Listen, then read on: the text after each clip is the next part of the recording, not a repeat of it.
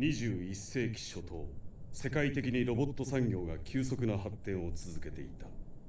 2050年頃、特に日本は技術面や生産面で他国を大きくリードし、家電から兵器まであらゆるロボットを製造し、市場を独占していた。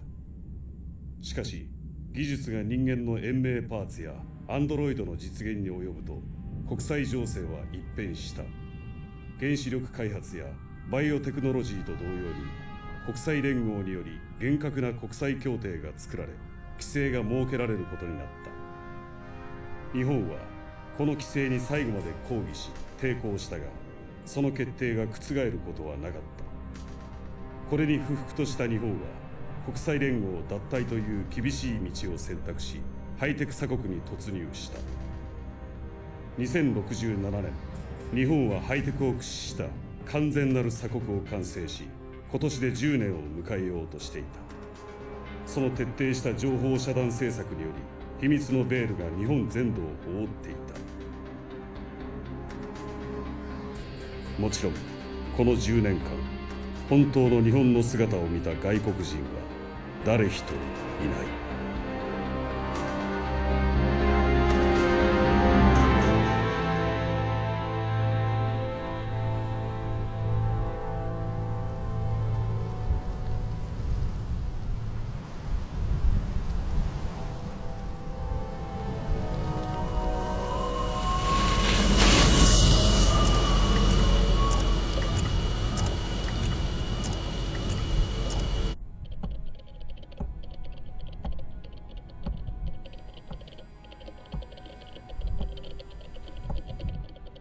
予定が台無しだ。奥様やご子息はすでにワシントンからデンバーへ向かわれました。日本人にクリスマスが理解できないとは思えんがな。しかもこんな山奥。ええ、仏郎、皆揃っているようです。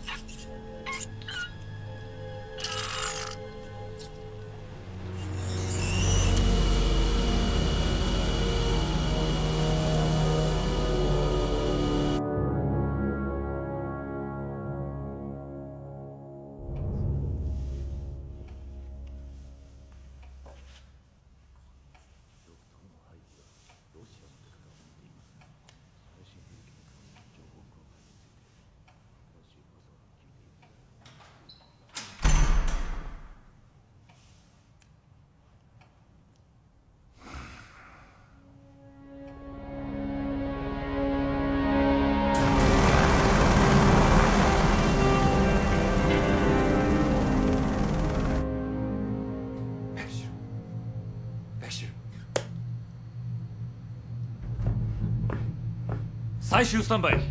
俺の合図で前期突入。こんな日に野暮な仕事だぜ。連中もクリスマスパーティーで盛り上がってるだけじゃないの？ママのケーキが食べたいんならさっさと片付けて帰るわよ。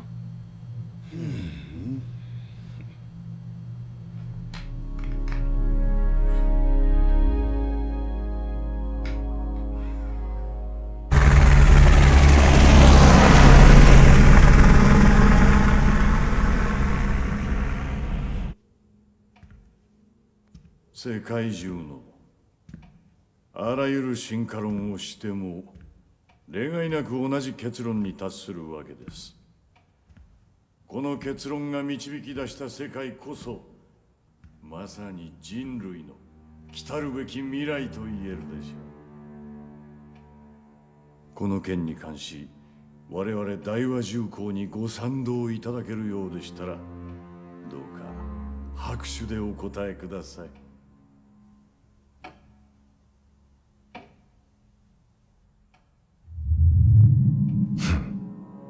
できるわけないか。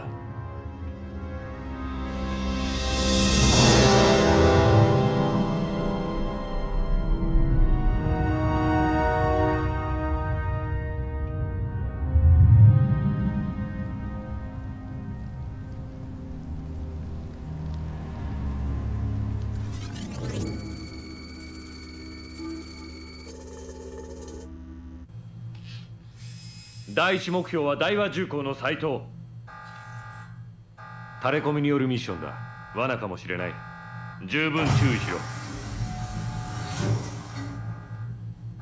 あれほどいらないって言ってるのに、なんでこんなにロボット兵を連れてきたの？まあね、隊長に聞いてくれ。でも大和の最新式だぜ。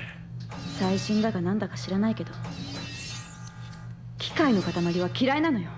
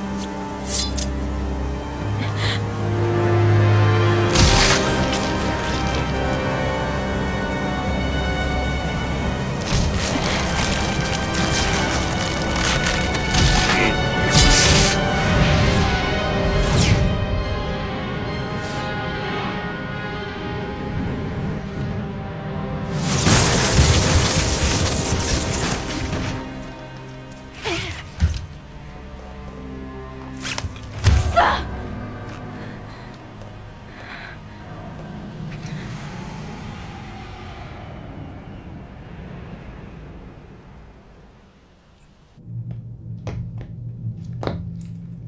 死体を残すな。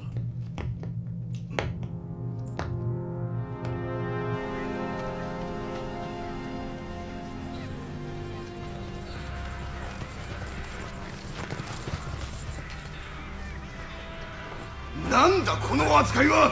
ソードがこんなところで何をやっとるんだ。おい答えろ。わしを誰だと思っとるんだ。お前らこんなことをしてただで済むと思うなよ。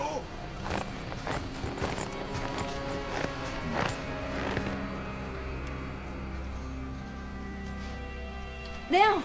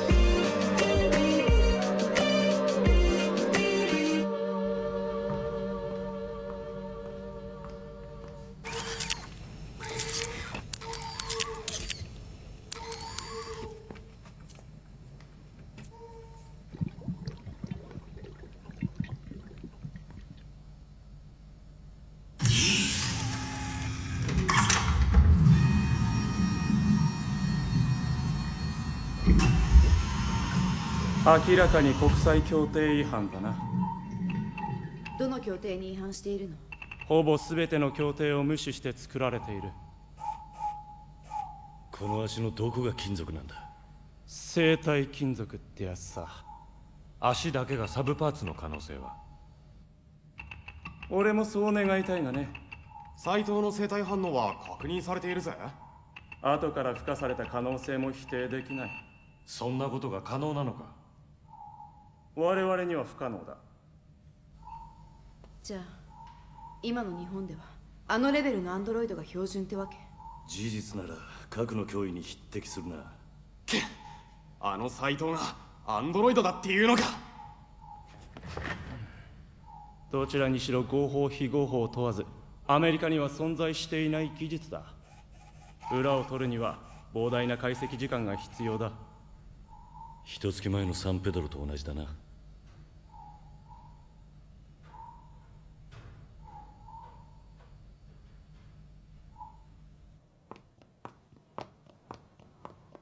おう。ザック。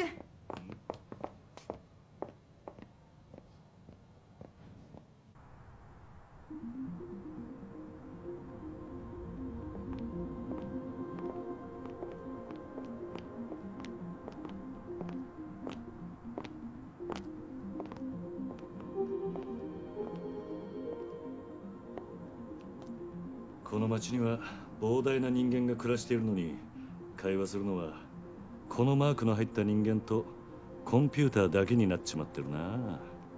この町だけじゃない。そういう時代なのよ。アイリーンとは？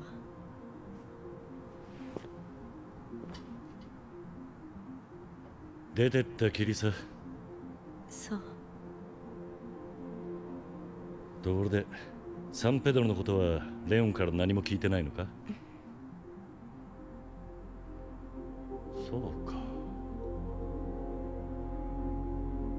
今回のミッションの情報ソースはサンペドロ。そうだ。別にもう隠すことではないし。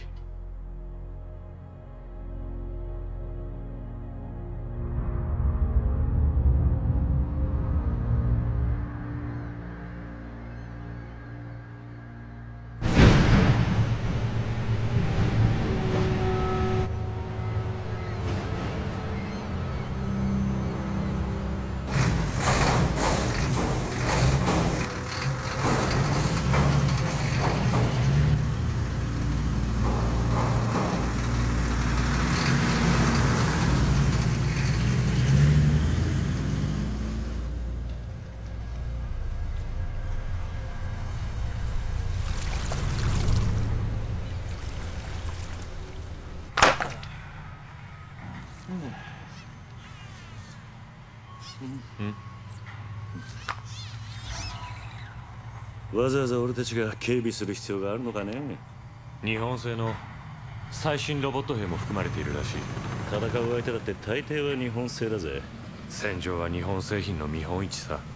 だからといって日本を腫れ物に触るように扱うのはどうかと思うけどね。今にきっと痛い目に遭うぜ。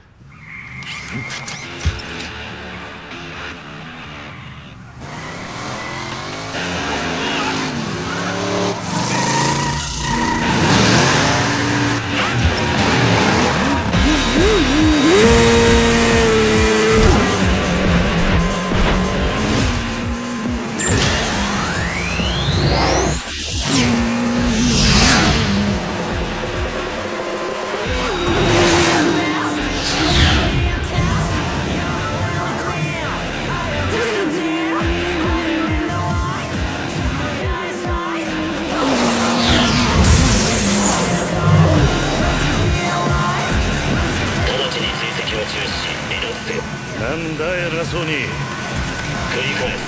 直ちに追跡を中止せよ。ここは俺たちの島だぜ。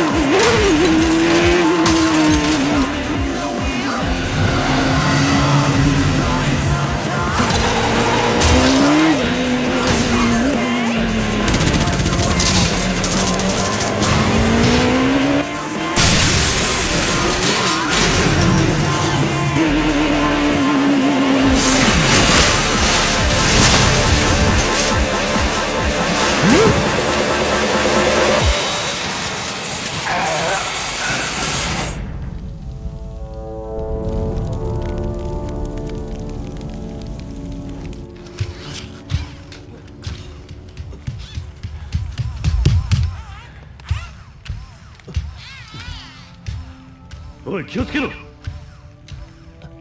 ソード12月23日フィラル山で会議注意しろマリナ。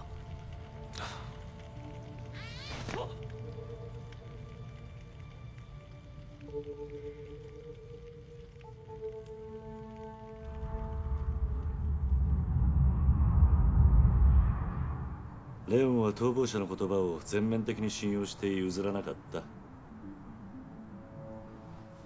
でも俺にはあれがアンドロイドだったなんて今でも信じられない。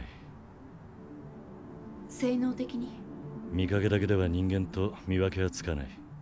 人間だった可能性は？生体反応は間違いなく存在しなかった。しかしあの目は。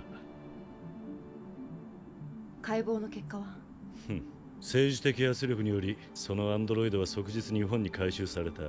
結局解剖はおろか指一本触れられないままさ。そう。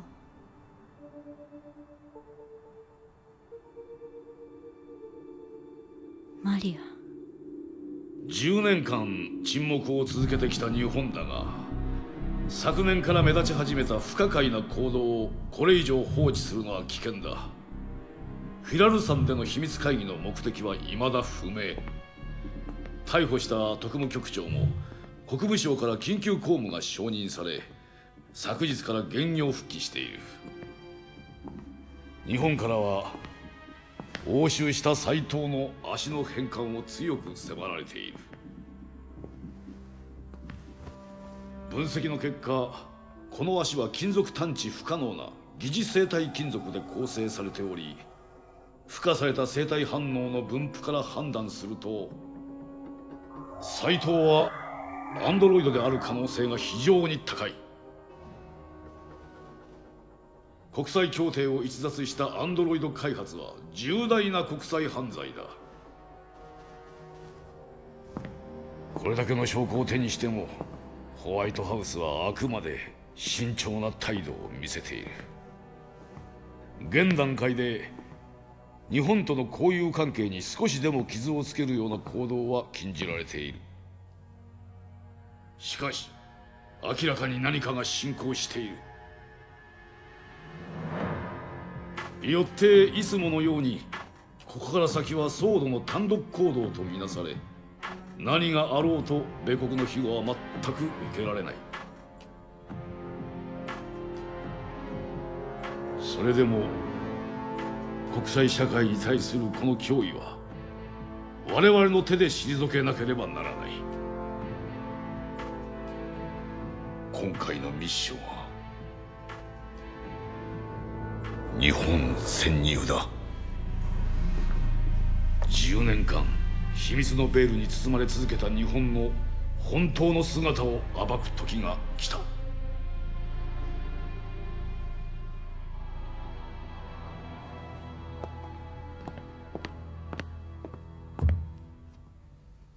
これが鎖国前に入手された10年前の東京の映像です。現在の日本はご存知のように完全鎖国政策を敷いています。日本最大の企業大和重工は鎖国の数年前から経済はもちろん政治に至るまで日本の全てを支配していました。鎖国政策を推し進めたのも大和重工だったと推測されます。そしてこの完全なハイテク鎖国を実現しているのがレースと呼ばれる電磁網です。このレースは日本を取り巻く洋上270カ所に専用アンテナを持ち、日本全土を覆っています。ご存知のように日本国内へ入ってくる光や電波に対してはフィルタリングを行い、国外へ出ていくものはことごとく拡散します。この完全なバリアによって日本国内からの通信はおろか、衛星写真ですらこのありさまです。今回のミッションではまず日本の電磁網内へ侵入し、内部から特殊な電波を送信することによりその拡散パターンを解析します。この解析に成功すると偵察衛星による日本の直接撮影が可能となります。上陸目標東京からの特殊電波送信は衛星の相対移動時間から考えて最低でも3分は必要です。そして問題は潜入ルートです。レース同様物理的な入出国ルートは領海領空ともに完全なる壁でガードされています。もちろん人間はおろか、最新式の超小型偵察装置の潜入すら不可能です。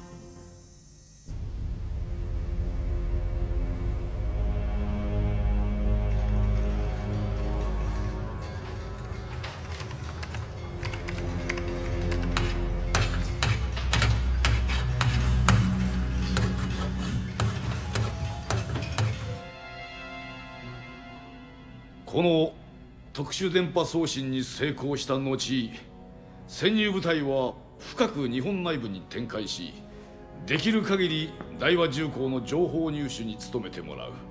そして72時間後、指定の回収場所にて回収を行う。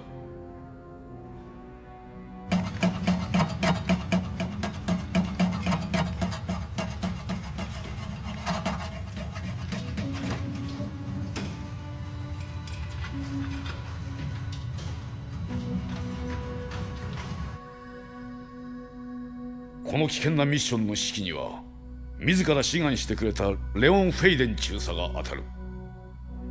中佐は10年前日本の公安で米国から派遣された対テロ部隊を指導した実績がある。日本が鎖国に突入し強制退去が命じられるまで日本にとどまっていた。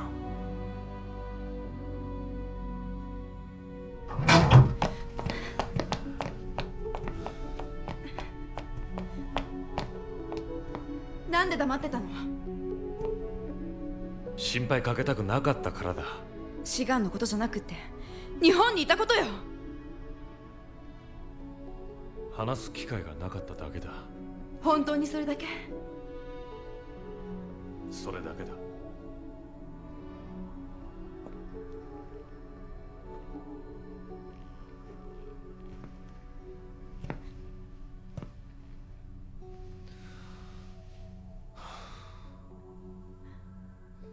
何もお前まで。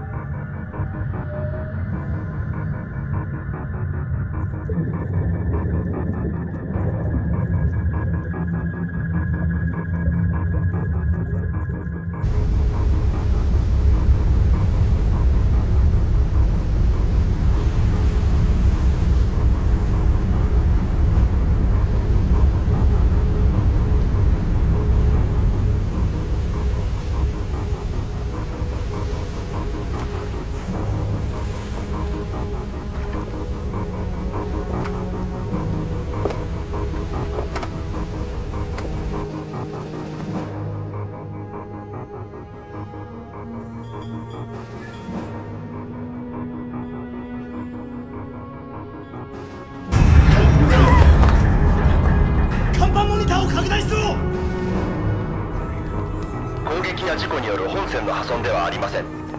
近海を航行中の米国貨物船が爆発炎上。原因は現在調査中。念のため非常事態勢を要請しろ。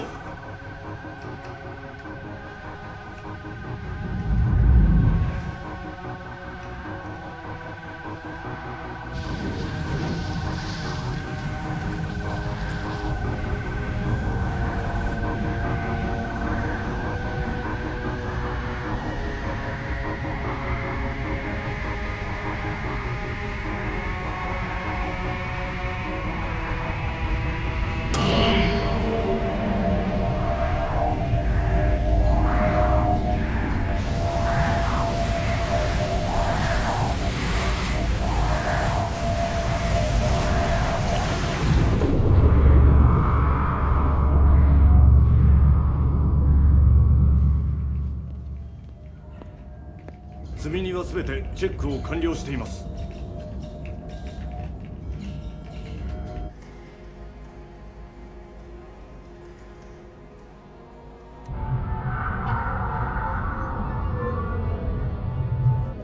無事入国ゲートを通過。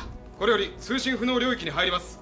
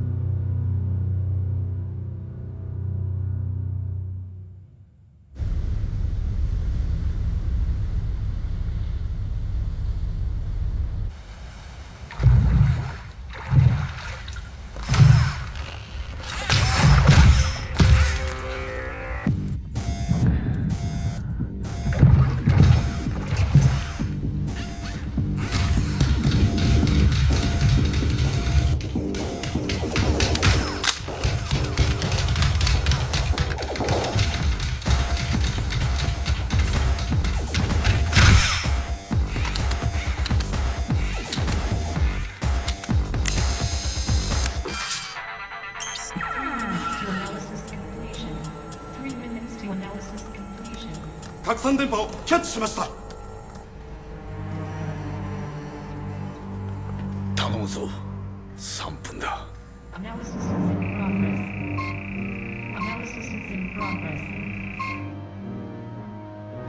1分経過。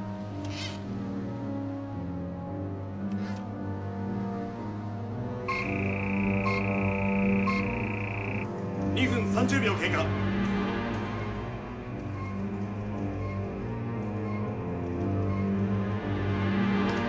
解析完了まであと10秒。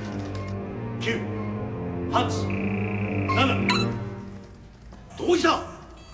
電波が途切れました。解析はダメです。解析できません。再スキャンだ。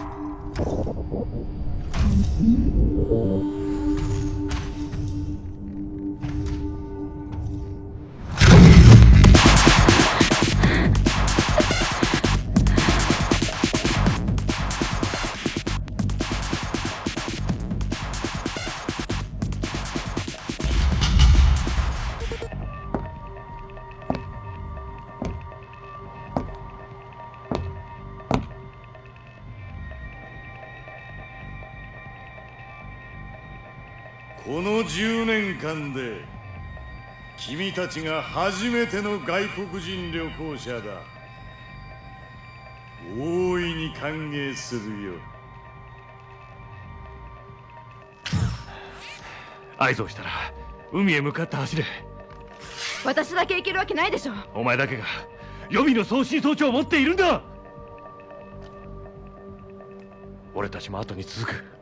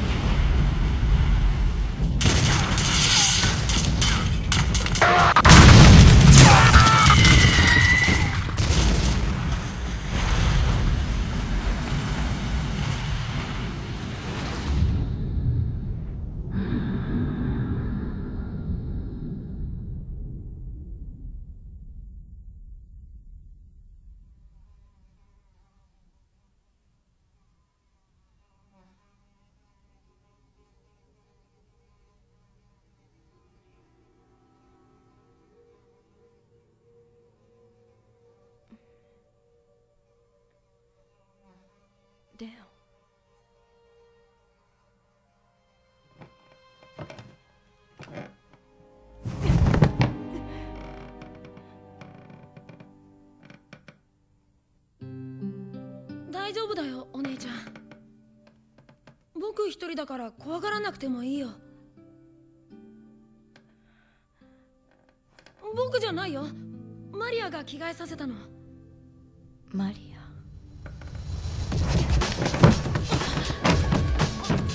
出ちゃダメだよ。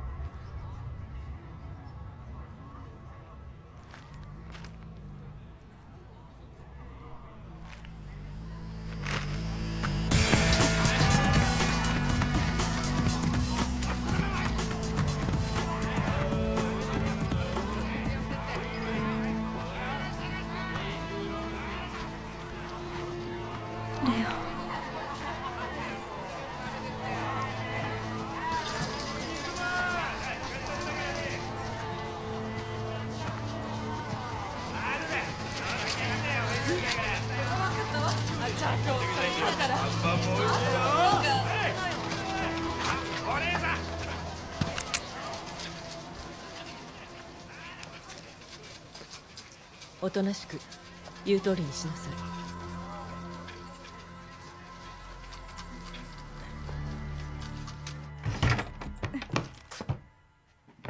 マリア。勝手に出歩かないで。まだ追っ手がうようよしてるわ。ごめんねマリア、僕が悪かったんだ。まさかソードがやってくるとはね。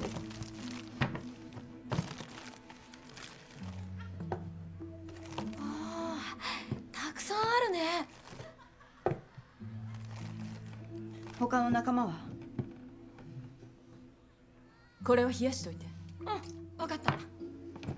レオンたちはどうなったの？レオン・フェイデンはどうなったの？あなたの仲間の消息は不明。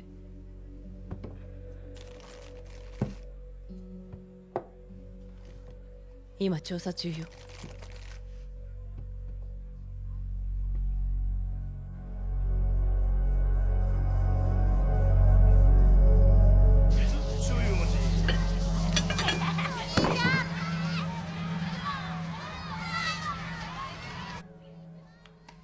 これ本物だ。本物は貴重品なんだよ。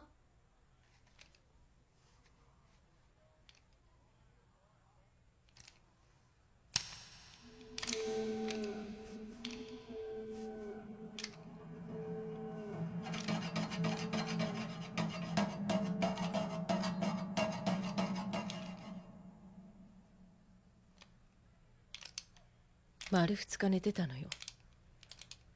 まずは腹ごしらえ。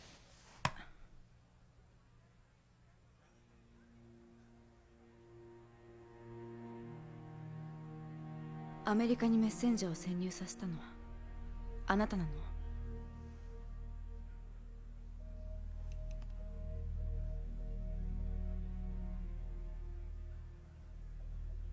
の？もう一つだけ。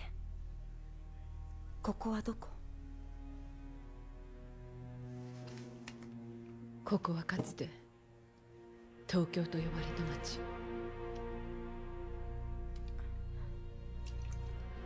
東京。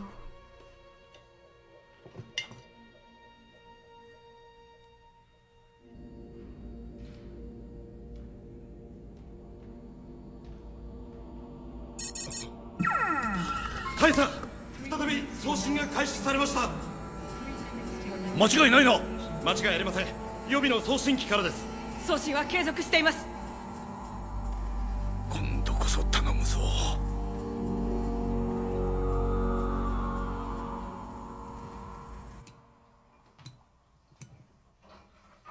お姉ちゃん箸使ったことないの？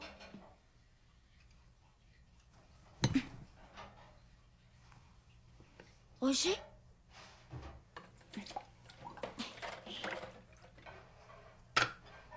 あ、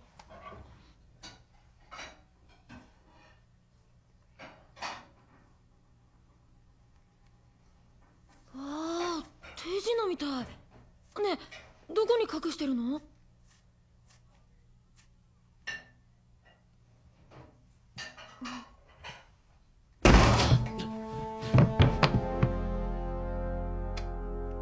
怪盗がこっちに向かっている。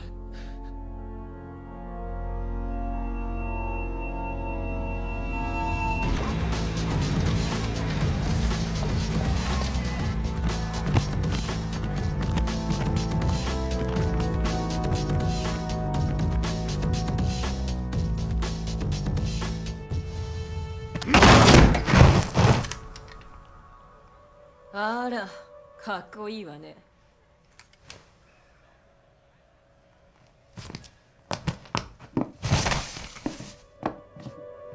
と思ったけど、女一人に大の男が5人。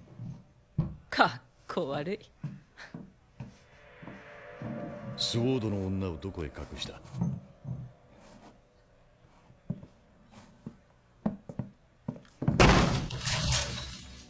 そのダサいネクタイじゃ女も逃げるわね。社長はお前に甘いようだが、俺はそうはいかない。何を企んでいるのかは知らないが、いくらあがいてももう時間の問題だ。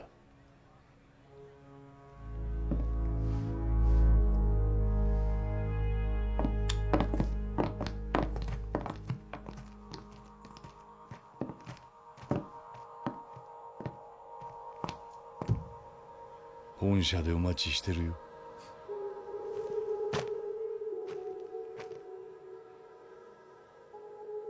そうね。時間の問題ね。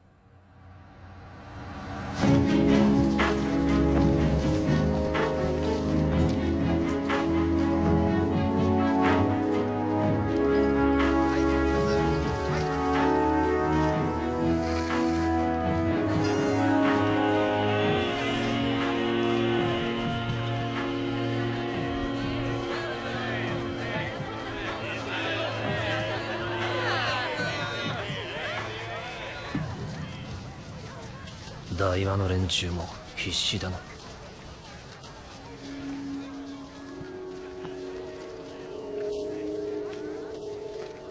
どうしたの？みんな生き生きしてる。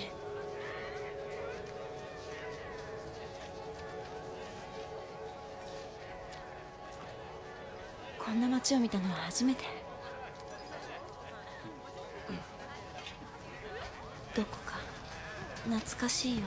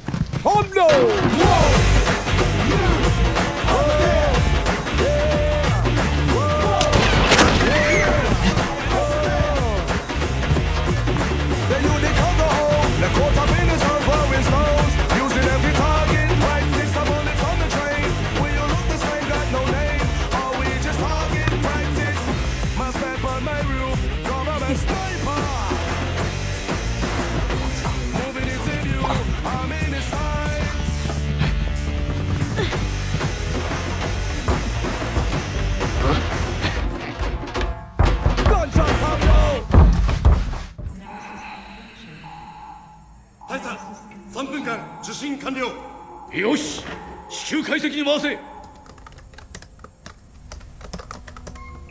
星 JC17 と JD15 の映像を1番2番スクリーンへ。解析プログラム作動。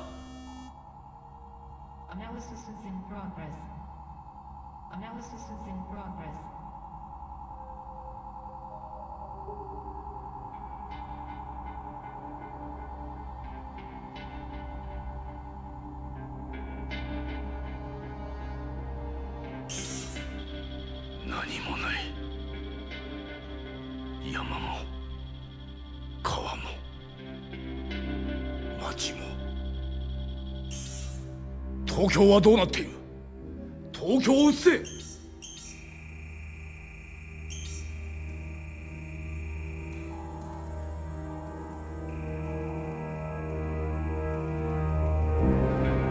れがあの東京。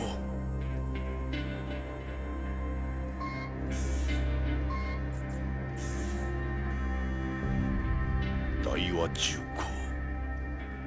大佐、ベクシルセラ少尉の生体反応が東京で確認されました。よし、生存しているんだな。現在ベクシルセラ少尉を衛星 JD14 が追跡中です。他に生存者は？まだ確認できません。大佐、これを見てください。3番スクリーンへ。赤い点がセラ少尉です。追われているのか？ JD14 がセラ少尉を捉えました。大佐、どうした？この生体反応表示はノンフィルター表示です。セラ少尉の生体反応しか認識できません。どういうことだ？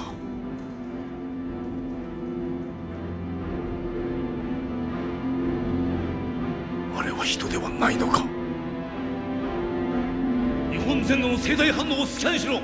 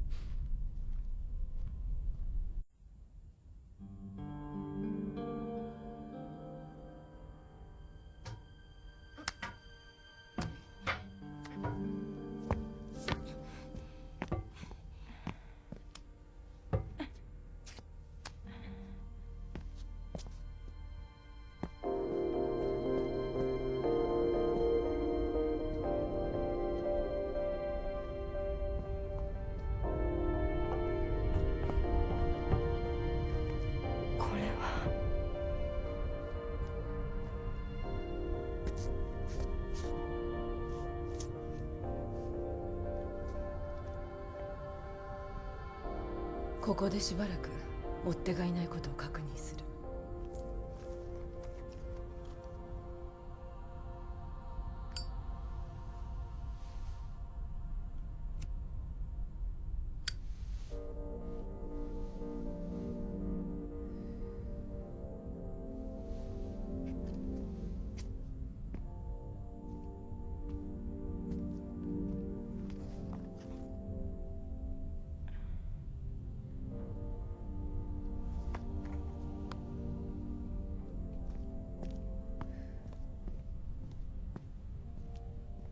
町の外は全部荒野なんだって。大和重工だけは人工島に要塞を築いて逃げ出しやがった。ほらほら、あの海に浮かんでいるのが大和だよ。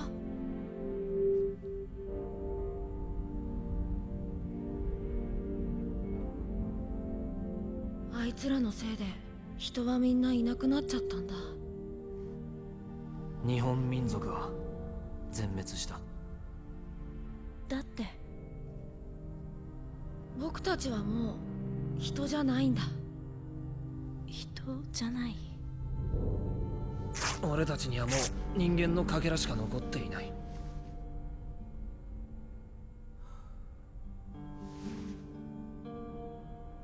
かけら。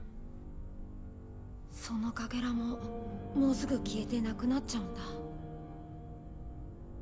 さっき見たろ、かけらが消えてただの機械に変わるところ。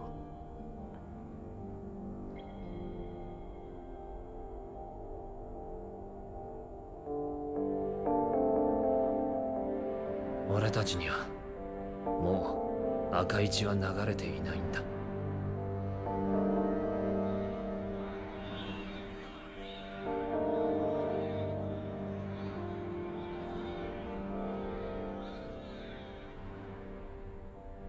あの人たちが全て人間じゃないっていうの。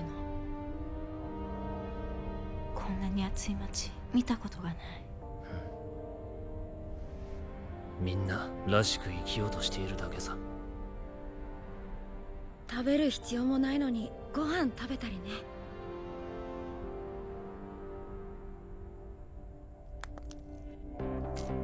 10年前、政府が鎖国政策を打ち出して間もない頃、日本では原因不明の伝染病が東京を中心に広がりを見せた。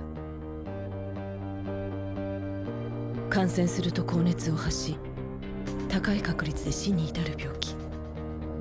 何を媒体にしているのか、どんなウイルスなのか未発表のまま、政府は国民全員に予防接種を義務付けた。でもそれが全ての悲劇の始まりだった。伝染病は政府のでっち上げ、人々が体内に注入されたのは大和重工が開発したサイバーウイルスだった。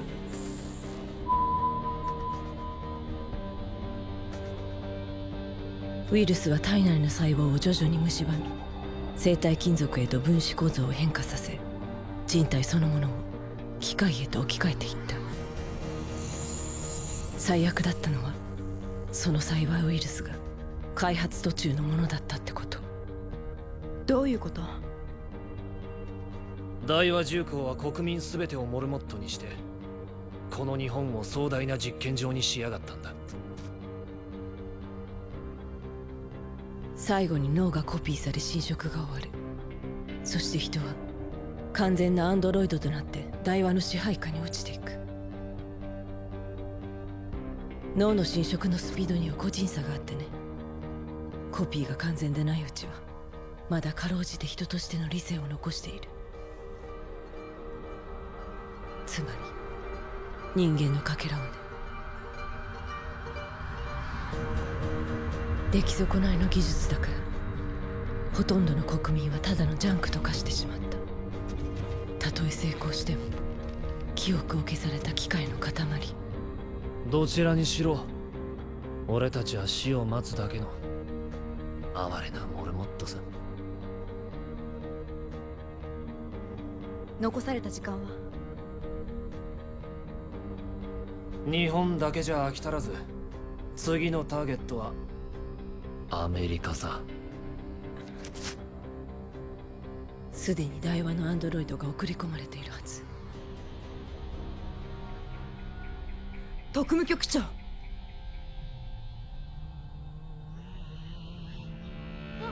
ガ兄ちゃんだ。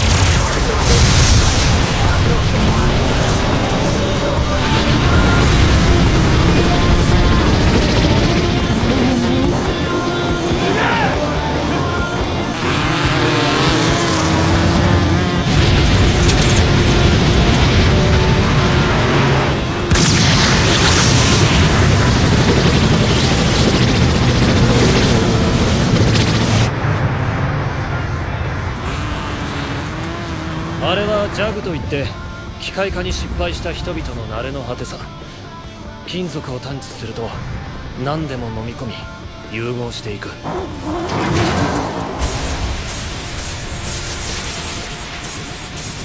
荒野はジャグばっかりなんだ。時々変なジャンクを吐き出したりするんだけどね。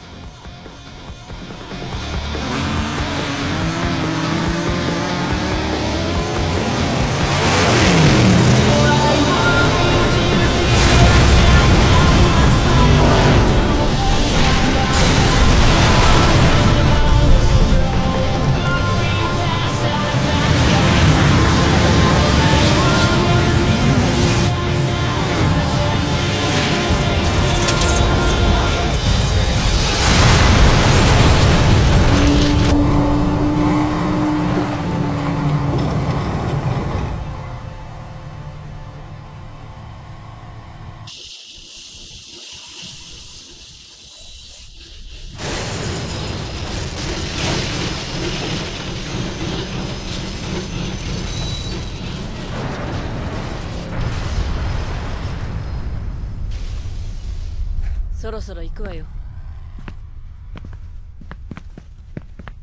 僕たちの秘密基地は地下にあるんだ。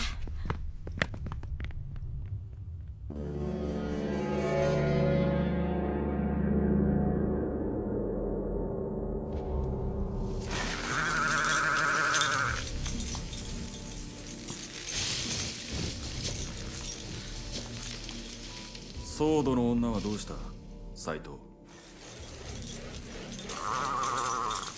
見失いました。アメリカへの密航を許してから失態続きだな。女はマリアがかくまっています。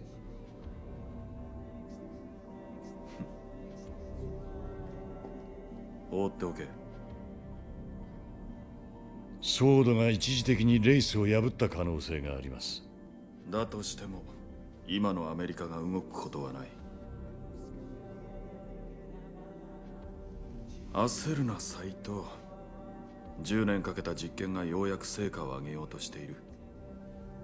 あの城壁に囲まれたスラムにいるグループ G32 ベータは今のところ唯一パーフェクトだ。マリアもグループ G32 ベータだ。放っておいても間もなく我々に同化する。しかし人間のやることなど我々が恐れる必要はない。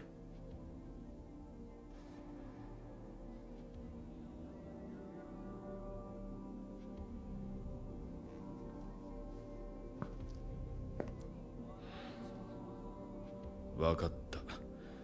スラムの議長の板倉を呼べ。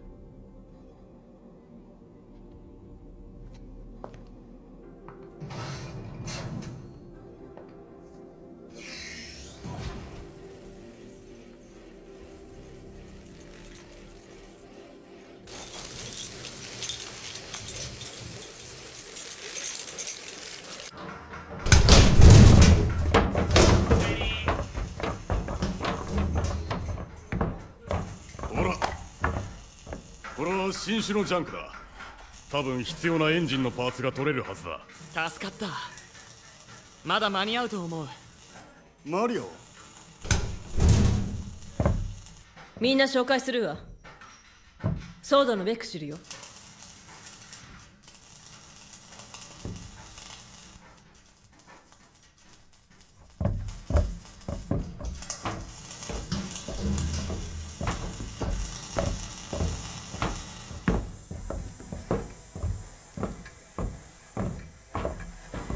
タロ、例のものはバッチリさ。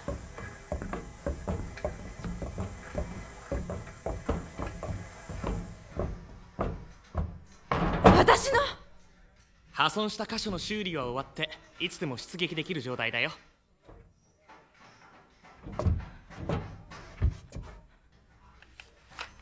探し物はこれ。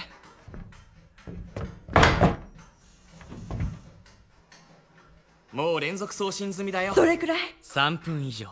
じゃあレースは破られたはず。すでに台話は電磁拡散パターンを変えちゃった。しかし数分間でもレイスを破っていればソードはもう動き出している。ああ、そうそう。もう一人のソードは台話の本社にいるよ。レオン。そう、確かレオン・フェイデン。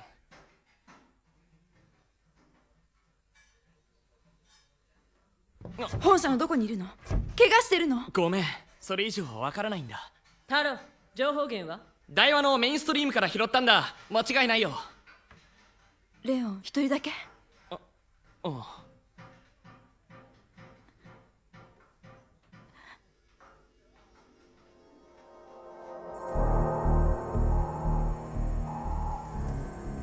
やはりダメです。日本全土で生体反応を確認できません。レクシルセラ将以外の生体反応をキャッチしました。一人、さらに一人。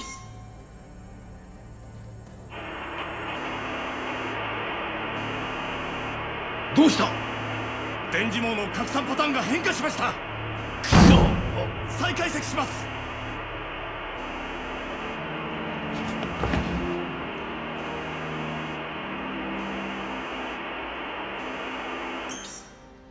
ミネルヴァに生存者を救出する準備をさせろ。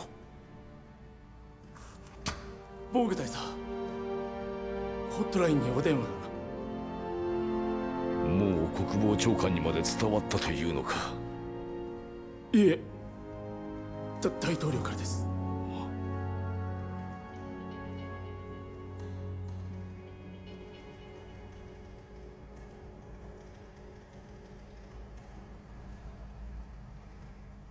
ボーグです。はい、大統領。そうであります。7名です。はい、了解しました。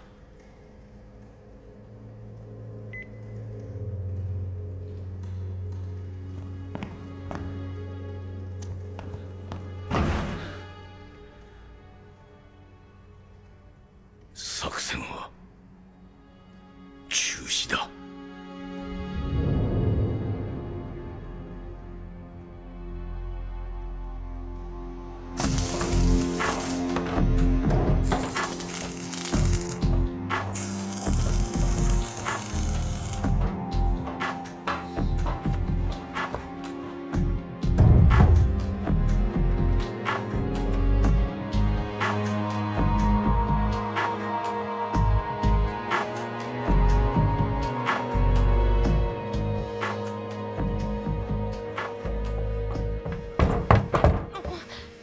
高志、一体これから何が始まるの？もうすぐ地震が来るんだ。地震？そうさ、それが最後のチャンスなんだ。大和重工をやっつけるんだ。僕もマリアと戦うんだ。大和重工と本土を結ぶ貨物用海上トンネルは3ラインある。町につながっているのがメインラインだけど、その他に荒野につながる2ラインがある。そのトンネルもセラミック？そう。そして今はいずれも24時間以内に予知されている中規模地震に備えて、すでに島との接合部分が開放されている。耐震処置？そう、その耐震処置に盲点を見つけたんだ。耐震処置が行われている間は、トンネル内にある5カ所のゲートの動力源がバッテリーへ切り替わる。するとセンサーによる未確認物体侵入警報から各ゲート閉鎖までの時間が通常の 1.5 倍かかる。センサーの反応からゲートが閉じるまでの時間は18秒。ゲート間の距離は約2500メートル。ファイタースーツのスピードでも難しい距離ね。我々のエアバギーでもギリギリ一か八かさ。台湾に到達した後は？トンネル侵入の際にこのワイヤーを引っ張るの。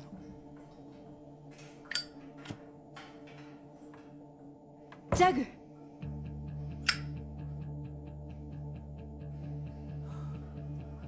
ワイヤーがうまく台湾に届けばそれでいい。この細い金属ワイヤーをたどって大量のジャグたちが台湾になだれ込むのさ。マリア、板倉議長から議会への緊急招集だ。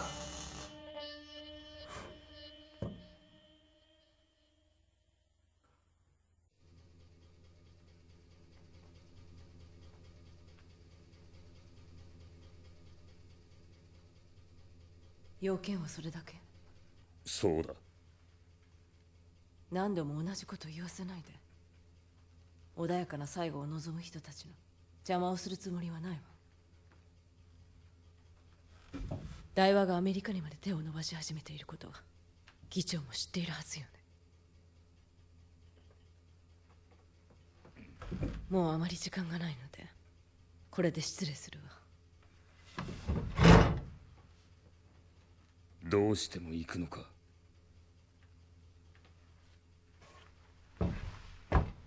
そんなことをしたら大和は城壁のゲートを開放するかもしれないんだぞ。この町は大事な実験材料なの。大和にそんなことはできないわ。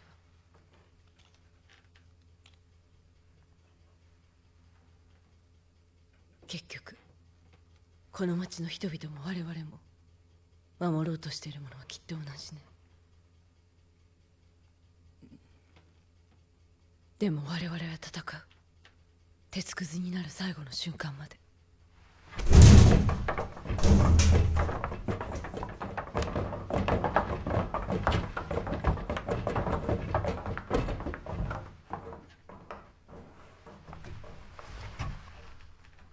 部外者が余計なことを言うようですが、この町は失って初めてその大切さに気がついたものであふれている気がします。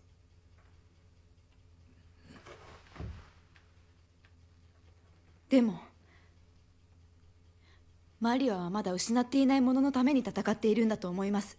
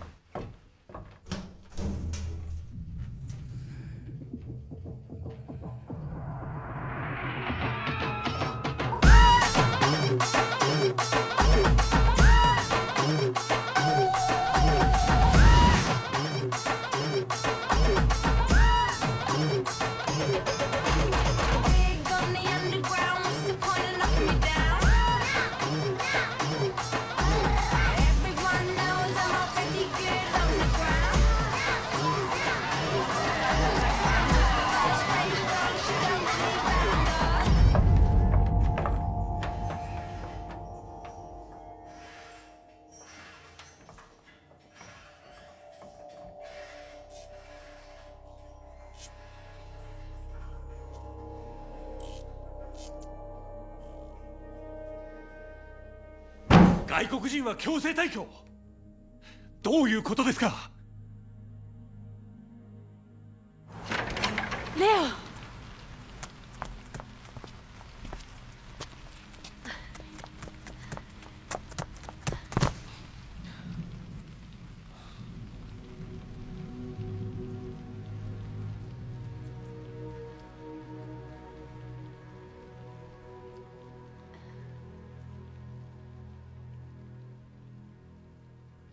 マリア、一緒にアメリカへ行こう。どういうこと？この出国許可書は無効です。レオン・フェイデン少佐の随伴願いが出ているはずよ。ですからそのような申請は出ていません。そんなはずはないわ。もう一度よく調べて。何度調べても同じです。とりあえず身柄を拘束します。降りろ。何のために？レオンに連絡させて。空港内への通信はできません。私も行く。私も一緒に出撃させて。これは日本民族の問題よ。もう日本だけの問題じゃないでしょ。他人の国ではおとなしくしてなさい。アメリカ人の悪い癖ね。レオンはあなたのために志願して日本に来たのよ。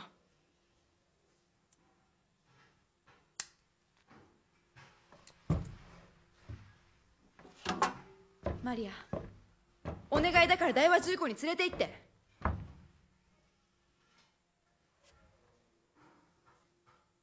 戦いに市場を持ち込まないで。あなただってレオンを助けたいはずよ。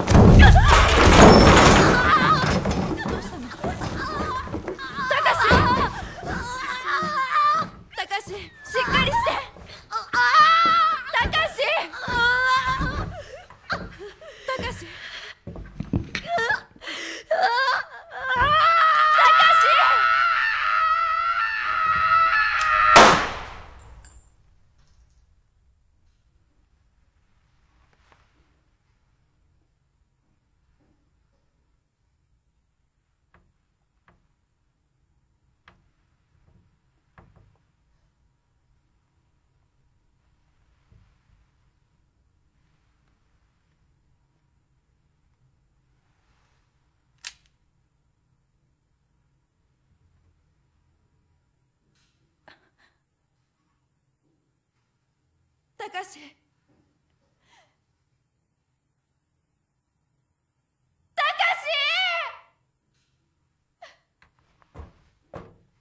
あなたそれでも人間なの？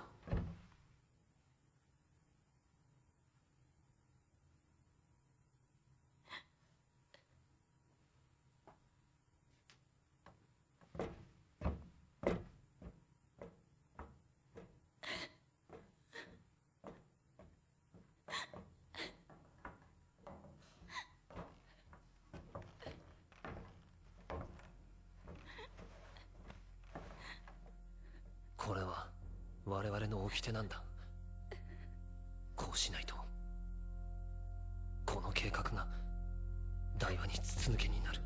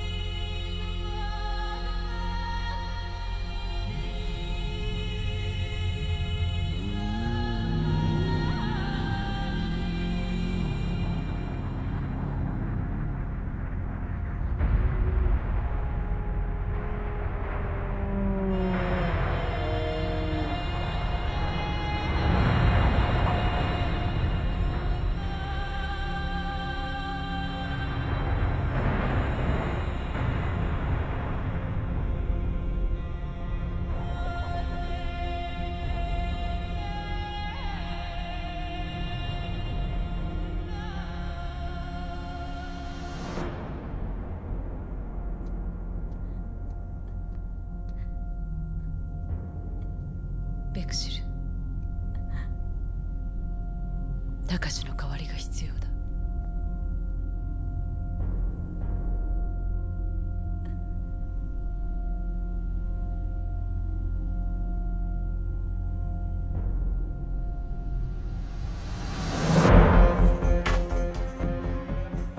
トンネル内に入ったらアクセルは全開でもギリギリだ。できる限り中央を飛んで距離を短縮しなければならない。一瞬でもブレーキをかけたらそれで終わりだと思え。チームレッドは私と共に東の1番トンネル、チームブラックは佐賀と共に西の3番トンネルから侵入する。これだけの部隊が一度に移動するのは初めてだ。途中どれだけの弱が襲ってくるかわからない。しかし最後の一台になっても決して諦めるな。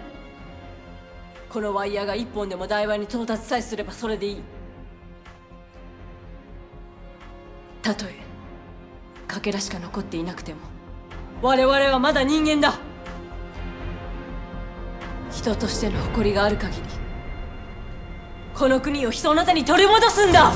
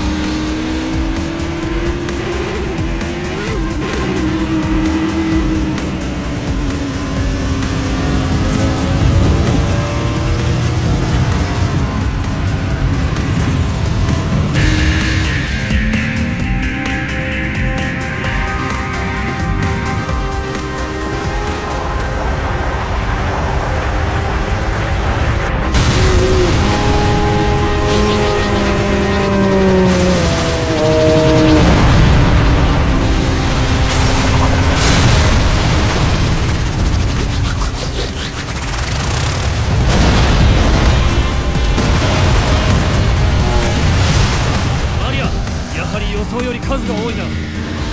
プラタ、後方につけてジャグを全て引き受ける。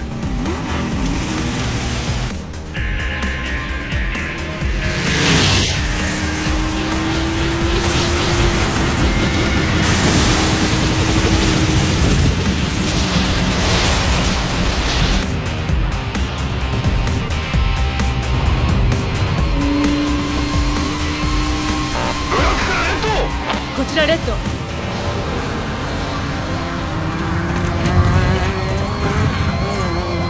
れからゲートに侵入を開始する。了解。追いつかれるぞ。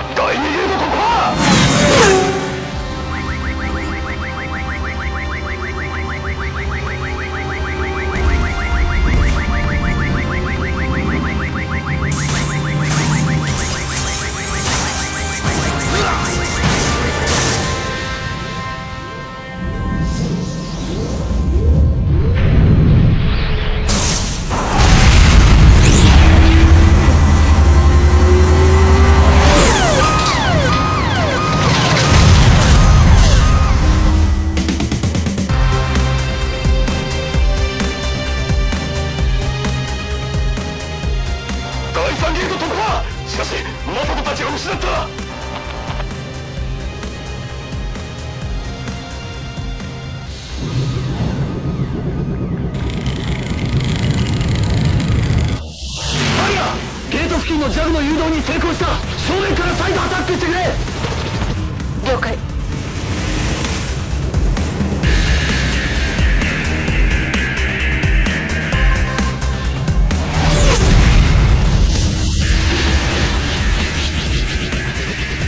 すぐにジャグがワイヤーを使ってゲート内へ侵入。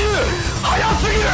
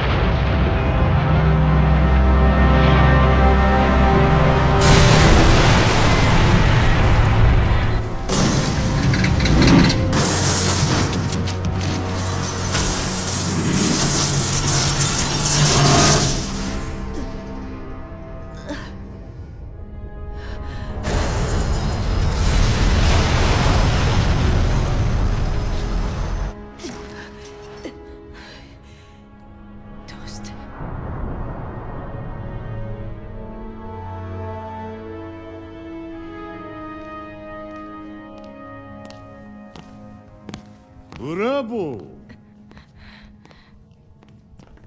トンネルが本社と切り離されているのは予定外だったかな。残念だったな。ジャグはこの距離をジャンプできない。議長の板倉が全て教えてくれたよ。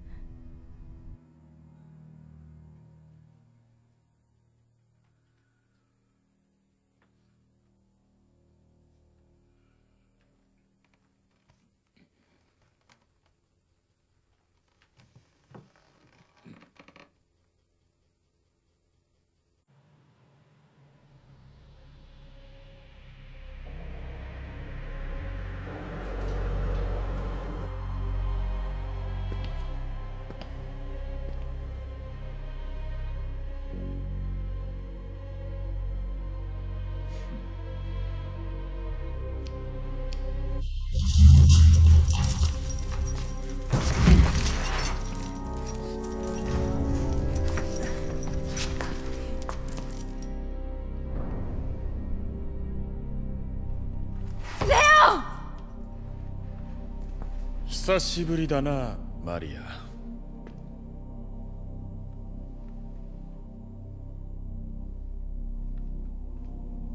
学生時代からの知り合いでね。10年経っても変わらないな。誰よりも美しく、そして誰よりも危険な存在だ。キサラギ。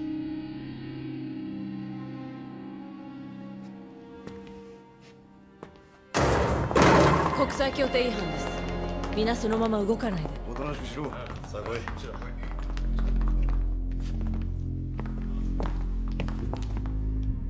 マリア。忠告は無駄だったよね。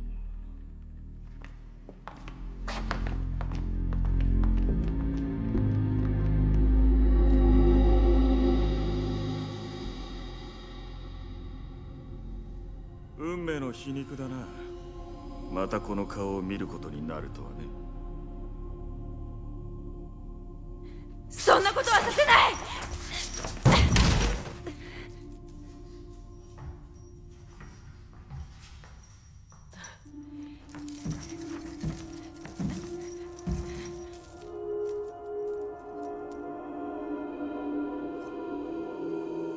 証拠不十分。大和重工はもはや我々公安の手に負える相手ではない。国際協定に違反しているばかりか、人類にとって非常に危険な研究です。今朝釈放された。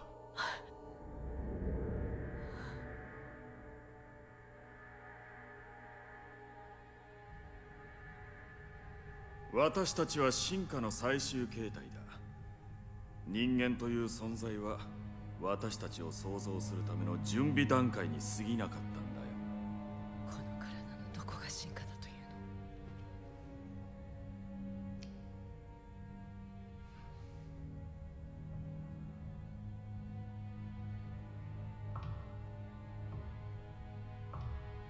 の？人間を母体に作り上げたこの体は完全体だ。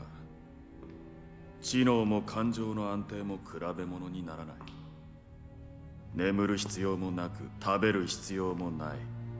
そして何より永遠の命を手に入れたんだ。何の不満があるというのかな？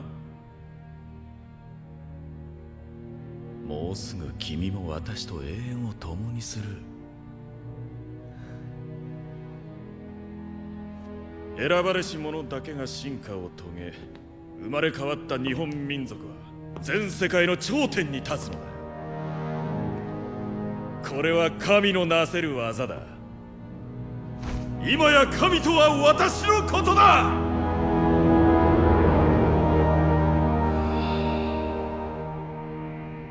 狂ってる。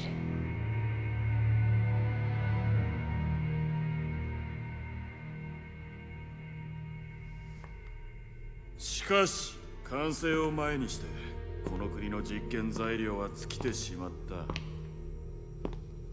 お前の国にはより多くの実験材料がある。レオンのような立派な実験材料がね。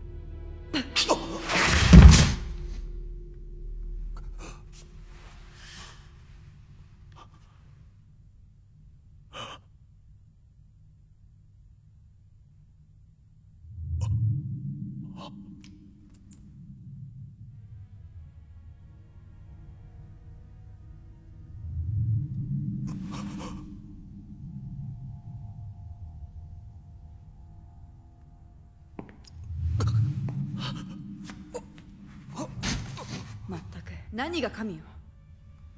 ただのくだらない人間じゃない。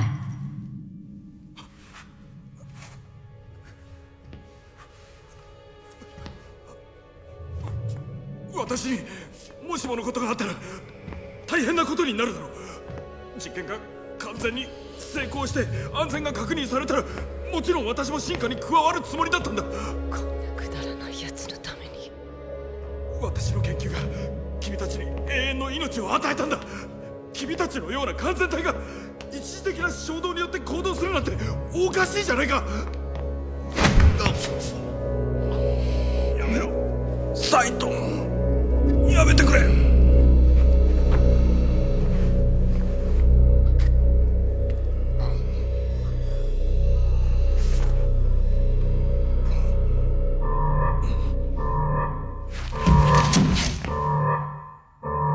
スラムの外壁のゲートが全て開き始めました。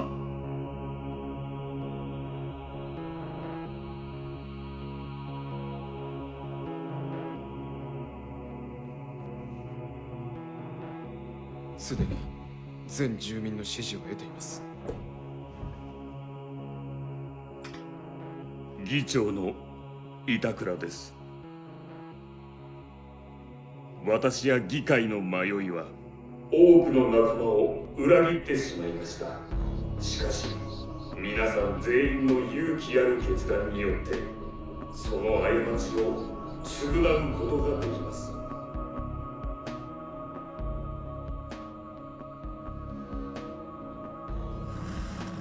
本当にありがとう。板倉議長。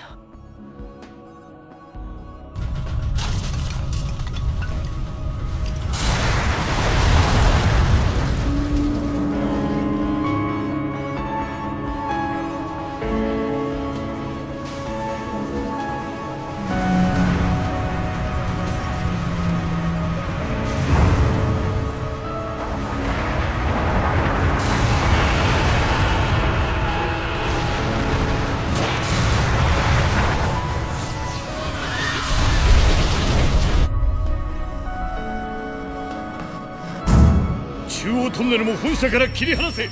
今キャリアが1台トンネル内を移動中です。キャリアを回収するな。トンネルを切り離せ。キャリアをここで切り入れるな。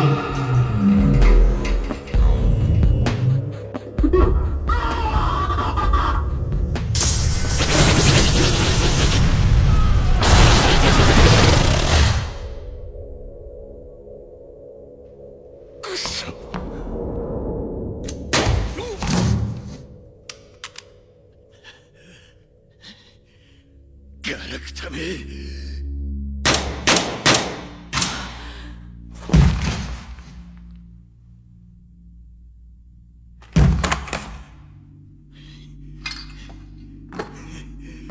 この研究結果さえあればまたいつでも世界を手中に収めることができる。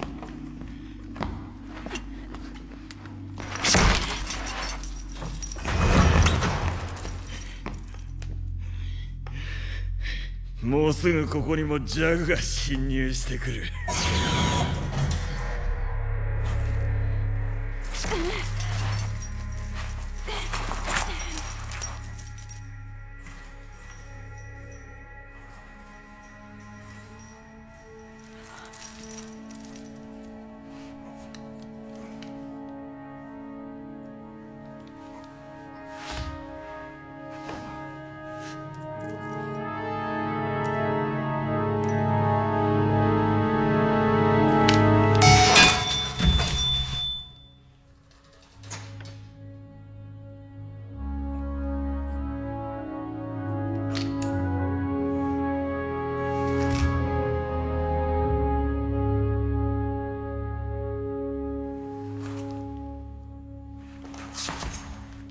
如は私が追う。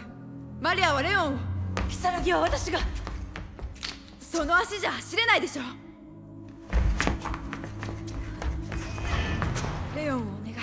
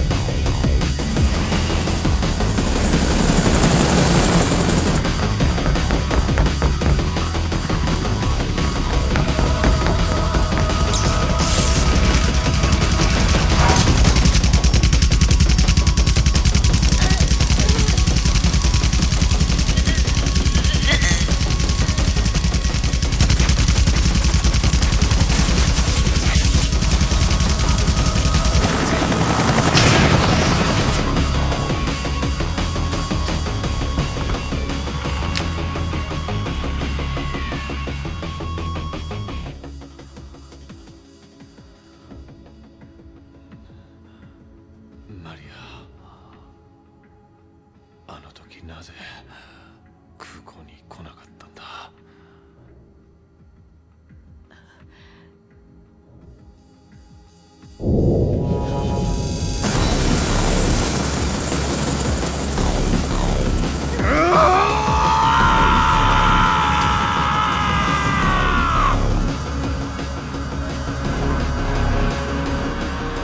私は機械の塊が嫌いだけど、あんたみたいな人間はもっと嫌いよ。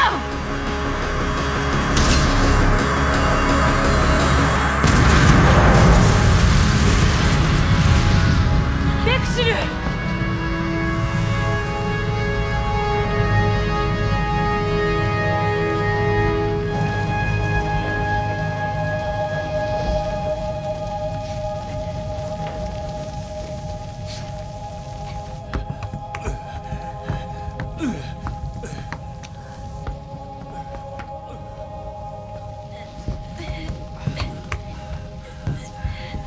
レクシル！マリアは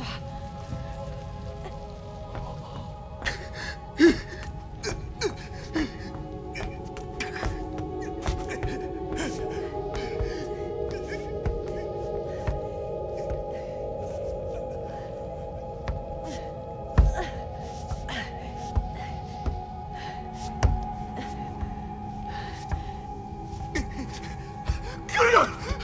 立ち崩れ！俺に近づくな！ジャグが寄ってくる！マリア！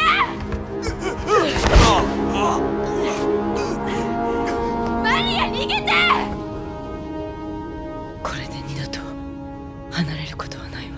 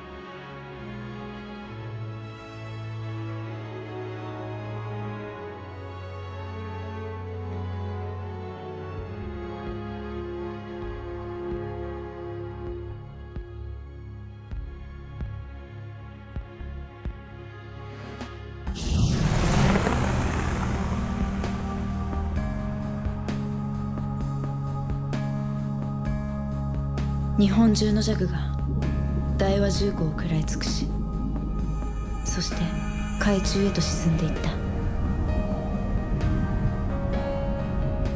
マリアたちの民族は滅んでしまった。でも私たちはマリアたちが残してくれたものを大切に引き継いでいこうと思う。マリアが教えてくれた気がする。次の世代へと希望をつなぐ限り、私たちもまた永遠の存在なんだと。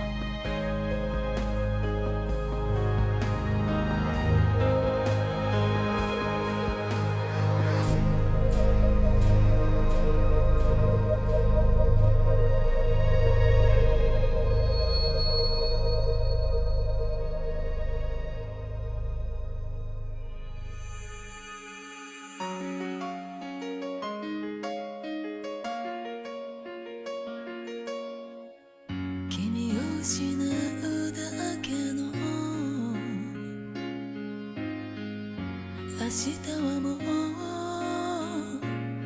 来なくてもいい。君が残した消えそうなぬくもりなくさないように Even now もう一度愛する人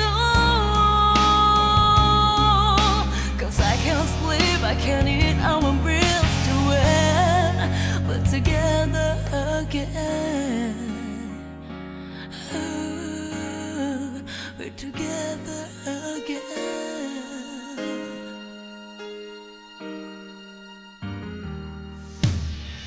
思い出はいつも言葉じゃ足りない色あせてゆく空でも君に伝え続けたい胸を引き裂いてこの声を今すぐに愛する人心を重ねて二人過ごした日々思い出して Cause I can't sleep, I can't eat, I want bills to end We're together